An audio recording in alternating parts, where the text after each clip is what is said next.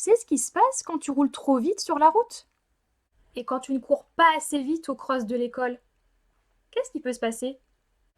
Ou encore, si tu as oublié de rendre tes devoirs à l'enseignant?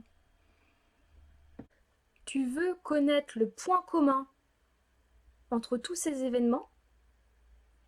Eh bien, c'est simple, tu vas être pénalisé. Pénalisé, c'est un bien grand mot, pour autant, certains sont d'ores et déjà pénalisés parce qu'ils ont fait une infraction routière, par exemple, ou parce qu'ils n'ont pas rendu leurs devoirs à temps. Et puis, il y en a d'autres qui, par exemple, ont des difficultés d'attention et des difficultés d'activation.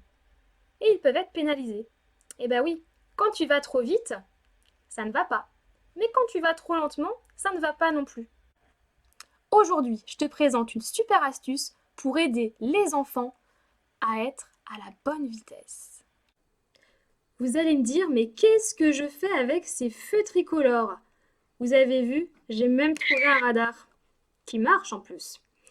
Eh bien, c'est très simple. Lors de certaines activités où l'enfant doit être à la juste vitesse, c'est-à-dire n'aller ni trop vite ni trop doucement, et durant laquelle il a besoin vraiment de mobiliser toutes ses capacités d'attention pour établir la bonne stratégie, j'utilise ces petits feux tricolores pour les guider.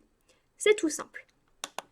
Lorsque le feu est rouge, je n'ai pas le droit de toucher ni le jeu, ni le plateau, ni ce qui m'entoure. Je suis au stop complet. Lorsque le feu clignote en orange, c'est le moment où je peux réfléchir. Là, j'établis ma stratégie. Donc, je vais observer le jeu et essayer de réfléchir à ce que je peux mettre en place pour trouver une solution.